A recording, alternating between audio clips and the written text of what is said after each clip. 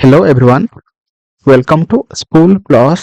आज आम यह वीडियो माध्यम 2023 मसीहार होता जूनियर टीचर एग्जाम जोटा कि आमर विभिन्न डेट्र विभिन्न शिफ्ट एग्जाम होता। आज आम यह वीडियो माध्यम 16 नवेम्बर 2023 सेकेंड शिफ्ट जहाँ भी किसी Odia passage Odia pedagogy Odia grammar जहाँ भी किसी क्वेश्चन पड़ता सबकि आज आम यह वीडियो माध्यम डिस्कसन करवा जोटा कि आपण मानकर आगामी एटी जोटा कि जूनियर टीचर रेगुलर पोस्ट एवं ता सहित सिटी ओटीईटी ओएसटीईटी आरएसटी एवं ओडब्ल्यूएस एवं ओट्रिपल एस अंडर रे जहाँ भी किसी एग्जाम होना कहीं जब से एग्जाम रो सिलेबस रे ओडिया ग्रामर अच्छी तो आपण मैंने वीडियो को फास्ट रू लास्ट जाए देखंतु ओके। और ता सहित वीडियो को लाइक करदे चैनल को नुआ सब्सक्राइब करके ऑल नोटिफिकेशन ऊपर क्लिक करदे जोद्वारा कि मुझे जहाँ भी किसी माने नुआ वीडियो अपलोड करी आपण मानक पाखक फास्ट नोटिफिकेशन जीवो एवं ता सहित आपण मानक आउ को टाइप वीडियो दरकार एवं ता सहित ए वीडियोटा आपण मानक केमिति लागला मते कमेंट रे लिखिबे। चलंतु हम माने फास्ट पैसेज क्वेश्चन करबा। हमर फास्ट पैसेज क्वेश्चन कोन अछि हमर कहि छि कि एटा हमर गोटे कहि छि एटा आपण माने पढिबे एवं पढिला परे आपण माने क्वेश्चन करिवे ओके। फास्ट हमर क्वेश्चन कहि छि मिथिला रो राजा जनक सॉरी प्रथम फास्ट क्वेश्चन जिबा। फास्ट क्वेश्चन कोन कहितला कहि छि जनक किए ओके। आपण माने पैसेज पढिबे कहि छि मिथिलार राजा किए जनक से हमर सठिक आंसर कोन हिछ हमर मिथिलार राजा ठीक जनक अटंदी हैला।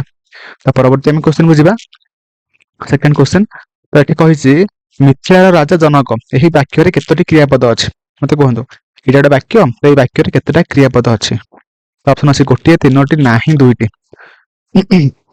तो सठिक आंसर कोन हिजो ना नाही ओके गोटे हेले भी क्रियापद नाही। तो परवर्ती क्वेश्चन हमर कोन कहि छि ना कोन पई से प्रतिष्ठा अर्जन करथिले कोन पई ना से प्रजावत्सल नरपति भाबरे से प्रतिष्ठा अर्जन करछंती हैला। तो सेति पे हमर ऑप्शन ए हेजबो सठिक आंसर जोटा कि प्रजावत्सल हैला।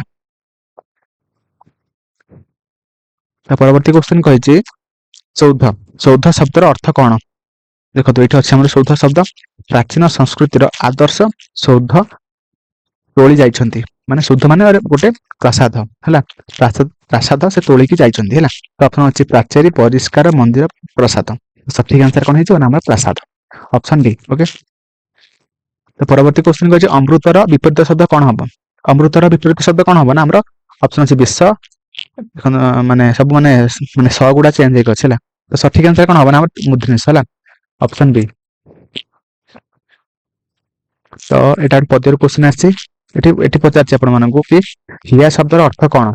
ऑप्शन अछि मनीष संग्रामी हृदय व्यक्ति। तो हिया शब्दर अर्थ कोन हबो ना हमर हृदय तो ऑप्शन सी ओके। तो एटा आपण माने करियो द्वारा आपण माने जानि परिबे कि आपण मानकर पूर्वरु पूर्व वर्ष जहाँ भी किसी एग्जाम हेतला से एग्जाम रे को टाइप रे क्वेश्चन पडितला ओके। तो एटा करियो द्वारा आपण माने जानि परिबे। तो परवर्ती क्वेश्चन कहि छि उक्त पद्यांश रे महावीर बोली काहाको संबोधन करा जाय छि तो काहाको कह जाय छि। तो ऑप्शन अछि गोपबंधु दास मधुसूदन दास नीलकंठ दास हरिहर दास। तो सठिक आंसर कोन हिजबो सठिक आंसर कोन हिजबो ना गोपबंधु दास हैला। एटा आपण माने पढिबे एटा काहे ना एटा जो पदटा हमर के लिखितले ना हमर गोपबंधु दास हैला। तो परवर्ती क्वेश्चन कहि छि केउंटी अंधकार शब्दर विपरीत बोधक शब्द माने अंधकारर विपरीत शब्द कोठा हबो। ऑप्शन अछि आलोक किरण उज्जवल ज्वलंत। तो सठिक आंसर कोन हिजो ना हम आलोक अंधकार रो विपरीत शब्द हिजो आलोक। तो परवर्ती क्वेश्चन कहि छि महाजाति एठी महाजाति बोली काहाको कुहा जाय अछि काहाको कुहा छि। ऑप्शन अछि सत्यवादी पुरी ओडिया ओडिसा। तो महाजाति बोली हमरा ओडिया मानन को कुहा जाय छला। एठी ई पद्य आपण माने पढिबे पढिला परे आपण माने जानि परिबे हैला। तो परवर्ती क्वेश्चन कहि छि आखि देखाइबा केउ अर्थ रे व्यवहृत होय छि। तो ऑप्शन अछि आखि देखिबा ना भय देखाइबा ना आखि को देखाइबा ना दृष्टि रखिबा। आखि देखाइबा हैला। तो रूढ़ीर अर्थ कोन हबो ना हमरा भय देखाइबा ऑप्शन बी हे जिबा सठिक आंसर जोटा कि भय देखाइबा हैला। तो एबे हम मान जिबा ओडिया ग्रामर क्वेश्चन को हैला।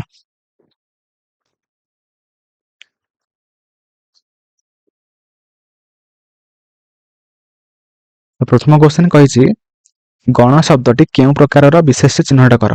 गण गोटे कोन ना मन नदी गण लोक गण ଆମେ कोथि यूज करथन ना हमर जाति को बुझाइबा पई हैला। तो हमरा ऑप्शन कोन अछि ना वस्तु व्यक्ति जाति गुण। ସଠିକ ଆନ୍ସର ହେଇଯିବ ଜାତି। Okay, option C. ତ ପରବର୍ତ୍ତୀ କ୍ୱେଶ୍ଚନ କହିଛି ସିଏ ଯାଉଛି ରେଖାଙ୍କିତ ପଦଟି କେଉଁ ପ୍ରକାରର ସର୍ବନାମ? ଦେଖନ୍ତୁ ଏଠି ଅପସନ ଅଛି ନିର୍ଦ୍ଦେଶାତ୍ମକ ସର୍ବନାମ, ପ୍ରଶ୍ନବାଚକ, ବ୍ୟକ୍ତିବାଚକ, ସମ୍ବୋଧବାଚକ। ସମ୍ବୋଧବାଚକ ହେଲା। ଦେଖନ୍ତୁ ଆମର ନାମ ବଦଳରେ ଯାହା ବି ଆମେ କିଛି ୟୁଜ କରିଥାନ୍ତି ତାକୁ ଆମେ କହିଥାନ୍ତି ସର୍ବନାମ। ତ ସିଏ ଗୋଟେ କଣ ହେଇଛି ନା ଗୋଟେ ସର୍ବନାମ। এটা ଏଠି ପଚାରୁଛି କୋଉ ପ୍ରକାରର, ନା କୋଉଟା ହବ ନା ଆମର ନିର୍ଦ୍ଦେଶାତ୍ମକ ସର୍ବନାମ ହେଲା। ଅପସନ ଏ। ତ ପରବର୍ତ୍ତୀ କ୍ୱେଶ୍ଚନ କହିଛି ଆଉ କେଉଁ ଶ୍ରେଣୀର ଅବୟବ?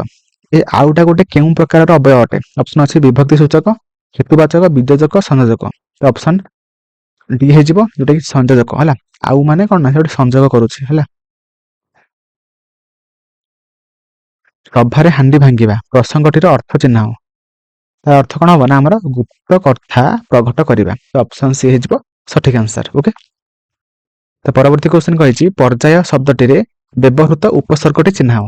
ମାନେ ପର୍ଯ୍ୟାୟ ଶବ୍ଦରେ ଆମର କୋଉଟା ମାନେ ଅପସନ ଅଛି ପରା, ପରି, ପ୍ରତି, ପର ଚାରିଟାଙ୍କ ମଧ୍ୟରୁ କୋଉ ଉପସର୍ଗ ଯୋଉଟା କି ଆମର ପର୍ଯ୍ୟାୟରେ ବ୍ୟବହୃତ କରାଯାଇଅଛି ହେଲା। କଣ ହବ ନା ଆମର ପରି। ଓକେ। ତ ପରବର୍ତ୍ତୀ କ୍ୱେଶ୍ଚନ କହିଛି ସମଷ୍ଟି ଶବ୍ଦର ବିପରୀତ ଶବ୍ଦଟିକୁ ଚିହ୍ନଟ କର। ସମଷ୍ଟିର ବିପରୀତ ଶବ୍ଦ କୋଉଟା ହବ ନା ଅପସନ ଅଛି ଯୋଗ, ସଂଯୋଗ, ସହଯୋଗ, ବ୍ୟଷ୍ଟି। ସମଷ୍ଟିର ହେଇଯିବ ବିପରୀତ ଶବ୍ଦ କୋଉଟା ନା ଆମର ବ୍ୟଷ୍ଟି। Option D. ଓକେ। ତ ପରବର୍ତ୍ତୀ କ୍ୱେଶ୍ଚନ କହିଛି ଦ୍ରାଘିମା ଶବ୍ଦଟିର ପ୍ରକୃତି ପ୍ରତ୍ୟୟ ନିର୍ଣ୍ଣୟ କର। ତ ଅପସନ ଅଛି ଦୀର୍ଘଯୁକ୍ତ ଇମନ, ଦୀର୍ଘଯୁକ୍ତ ଇମା, ଦୀର୍ଘଯୁକ୍ତ ମା ନା ଦ୍ରାଘିଯୁକ୍ତ ମା। ତ ସଠିକ ଆନ୍ସର କଣ ହେଇଯିବ ନା ଆମର ଦ୍ରାଘିମା ଶବ୍ଦଟା କେଉଁ ଭାବରେ କେଉଁ ମାନେ କୋଉ ଭଳି ଭାବରେ ମାନେ ଆମର ତିଆରି ହେଇଛି ନା କଣ ହବ ନା ଦୀର୍ଘଯୁକ୍ତ ଇମନ। ଓକେ, ଅପସନ ଏ। ଓକେ। ତ ପରବର୍ତ୍ତୀ କ୍ୱେଶ୍ଚନ କହିଛି ନିମ୍ନୋକ୍ତ ମଧ୍ୟରୁ ଧନ ଶବ୍ଦଟିର ସମାର୍ଥବୋଧକ ଶବ୍ଦ କେଉଁଟି? ଧନ ଶବ୍ଦର ସମାନାର୍ଥକ ଶବ୍ଦ କୋଉଟା ହବ ଆମର ସମ୍ପଦ। Option D. ଓକେ। ତ ପରବର୍ତ୍ତୀ କ୍ୱେଶ୍ଚନ କହିଛି କୁଆ ଛୁଆ ଉଡିଯିବା ରୂଢିର ଅର୍ଥ କଣ ହବ? ତ ଅପସନ ଅଛି କେହି ନ ରହିବା, ନିଷ୍ଠୁର ହେବା, ଘରକୁ ବାହୁଡିବା ନା ନିର୍ମମ ମାଡ ହେବା। ତ କୁଆ ଛୁଆ ଉଡିଯିବା ମାନେ କଣ ନା ନିର୍ମମ ଭାବରେ ମାଡ ହେବା। Option D. ଓକେ। ତ ପରବର୍ତ୍ତୀ କ୍ୱେଶ୍ଚନ କହିଛି ଭଜ ଶବ୍ଦରେ ଅପ୍ରତ୍ୟୟ ଯୋଗ ହେଲେ କେଉଁ ଶବ୍ଦ ହୁଏ? ହେଲା ଭଜ ଶବ୍ଦରେ ଭଜରେ ଯଦି ଆମେ ଅପ୍ରତ୍ୟୟ ଯୋଗ କରିବା ତେବେ କଣ ହବ ନା ଆମର ଭାଗ। ଅପସନ ସି ଯୋଉଟା କି ଭାଗ। ଓକେ। ତ ଏବେ ଆମେ ଯିବା ପେଡାଗୋଜି କ୍ୱେଶ୍ଚନ କୁ ହେଲା। ଯାହା ବି କିଛି ପେଡାଗୋଜି କ୍ୱେଶ୍ଚନ ପଡିଥିଲା ତାକୁ ଆମେ ମାନେ ଡିସ୍କସନ କରିଦବା। ଏଠି ଆପଣମାନଙ୍କୁ ପଚାରିଛି କି କହିଛି ପାରମ୍ପରିକ ଶିକ୍ଷାଦାନ ପଦ୍ଧତିରେ କେଉଁ କାରଣଟି ଦୋଷ ତ୍ରୁଟି ପାଇଁ ଦାୟୀ? ହେଲା ଦେଖନ୍ତୁ ପାରମ୍ପରିକ ପଦ୍ଧତିରେ ଆମେ ଯଦି ପିଲାମାନଙ୍କୁ ପଢେଇବା ତେବେ ପିଲାମାନଙ୍କର କନସେପ୍ଟ କଣ ହବ ନା ଆମର କ୍ଲିୟର ହବ ନାହିଁ। ତ ସେଥିପାଇଁ ପାରମ୍ପରିକ ଶିକ୍ଷାଦାନ ପଦ୍ଧତିରେ ଶିକ୍ଷାର ପ୍ରସାର ଗୋଟେ ଦୋଷ ତ୍ରୁଟି ବୋଲି ଦାୟୀ କରାଯାଇଅଛି ହେଲା। ତ ପରବର୍ତ୍ତୀ କ୍ୱେଶ୍ଚନ କହିଛି ପିଲା ଶବ୍ଦ କେଉଁ ଭାଷାରୁ ଅନିତ? ପିଲା ଶବ୍ଦଟା ଆମର କୋଉ ଭାଷାରୁ ଆସିଛି? ତ ଅପସନ ଅଛି ଦ୍ରାବିଡ, ଆର୍ଯ୍ୟ, ଆରବିକ, ମୁଣ୍ଡା। ତ ସଠିକ ଆନ୍ସର କଣ ହେଇଯିବ ନା ଆମର ଅପସନ ଏ ଯୋଉଟା କି ଦ୍ରାବିଡ। ଓକେ। ପରବର୍ତ୍ତୀ କ୍ୱେଶ୍ଚନ କହିଛି କେଉଁ ମସିହାରେ ମାଧ୍ୟମିକ ଶିକ୍ଷା ଆୟୋଗ ମାତୃଭାଷାକୁ ପ୍ରଥମ ଭାଷା ଭାବରେ ବିଦ୍ୟାଳୟର ପାଠ୍ୟକ୍ରମରେ ସ୍ଥାନିତ କରିବା ପାଇଁ ସୁପାରିଶ କରିଥିଲେ? କୋଉ ମସିହାରେ ଏଟା ଆପଣ ମାନେ ମନେ ରଖିବେ ଯୋଉଟା କି 1953 ମସିହାରେ ହେଲା। ତ ପରବର୍ତ୍ତୀ କ୍ୱେଶ୍ଚନ କହିଛି କେଉଁଟି ମାତୃଭାଷା ଶିକ୍ଷାର ମୂଲ୍ୟବୋଧ ଅନ୍ତର୍ଗତ? ହେଲା କୋଉଟା? ଅପସନ ଅଛି ବ୍ୟକ୍ତିଗତ ମୂଲ୍ୟବୋଧ, ଜ୍ଞାନଗତ, ସାଂଗଠନିକ ମୂଲ୍ୟବୋଧ ନା ସାହିତ୍ୟିକ। ମାତୃଭାଷା ଶିକ୍ଷାର ମୂଲ୍ୟବୋଧ କୋଉଟା ହବ ଆମର ଅପସନ ବି ଯୋଉଟା କି ଜ୍ଞାନଗତ। ଓକେ। ପରବର୍ତ୍ତୀ କ୍ୱେଶ୍ଚନ କହିଛି ଅନ୍ୟ ଭାଷାର ପ୍ରଭାବ କେଉଁ ତ୍ରୁଟିର କାରଣ?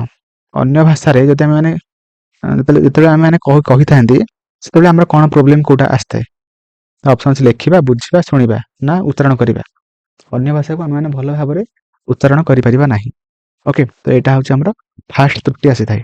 ଅପସନ ଡି ହେଇଯିବ ସଠିକ ଆନ୍ସର। ଏବଂ ତା ସହିତ ଅନ୍ୟ ଭାଷା ଦ୍ୱାରା ଯଦି ଆମେ ମାନେ ପ୍ରଭାବିତ ହେବା ତେବେ ଆମେ ମାନେ ଉଚ୍ଚାରଣ କରିବାରେ ଆମର ତ୍ରୁଟି ଆସିବ। ବୁଝିପାରିଲେ କି ନାହିଁ? ତ ଏଇଟା ହଉଛି କଥା। ଅପସନ ଡି ହେଇଯିବ ସଠିକ ଆନ୍ସର। ତ ଏଇଟା ଥିଲା ଆମର ଲାଷ୍ଟ କ୍ୱେଶ୍ଚନ। ତ ନେକ୍ସଟ ଆମେ ମାନେ ଡିସ୍କସନ କରିବା 17 ନଭେମ୍ବରର ସେକେଣ୍ଡ ସିଫ୍ଟ ନେକ୍ସଟ ଭିଡିଓରେ।